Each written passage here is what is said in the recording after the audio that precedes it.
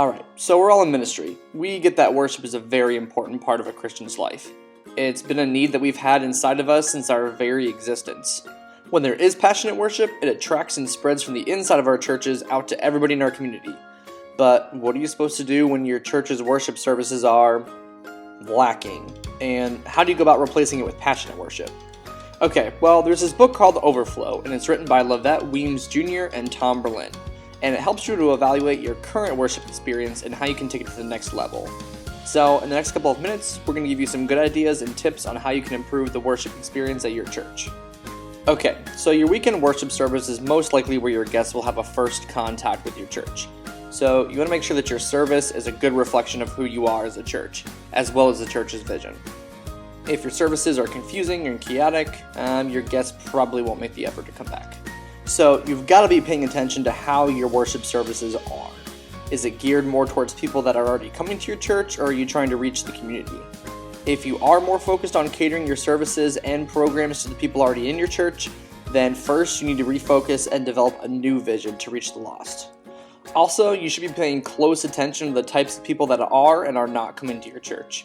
Is everybody who does come over 50 years old, or do you also have young people as well? If there is a certain age group of people that are not represented in your church, then you need to understand why not, and figure out ways to reach out to them and meet their needs. One way to help you do this is by paying attention to the things that your community values. Identify the needs that the community has, and then simply fill them, and get creative. Find ways to add value to the community and become a part of it.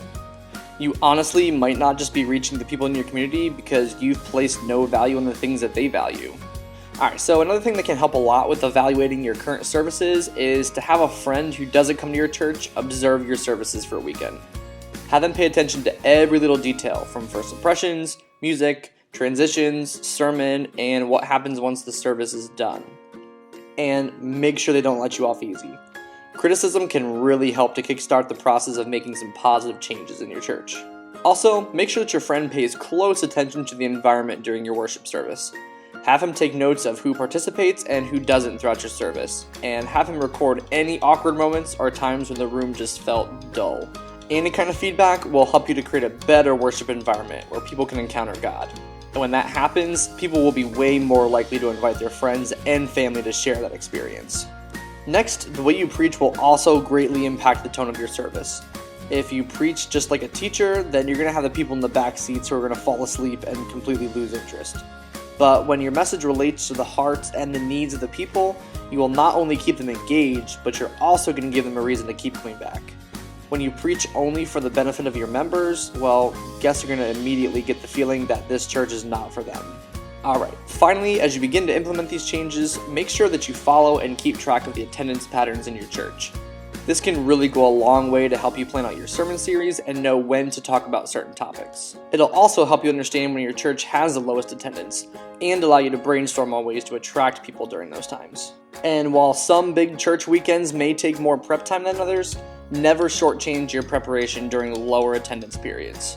Always anticipate guests to show up, and be ready to make a good impression no matter what time of the year it is. Just remember, no church ever gets spectacular worship by accident. Take the time to examine, brainstorm, plan, and execute. Since churches are never a one-size-fits-all, be ready to tweak anything that you need to in order to reach your demographic.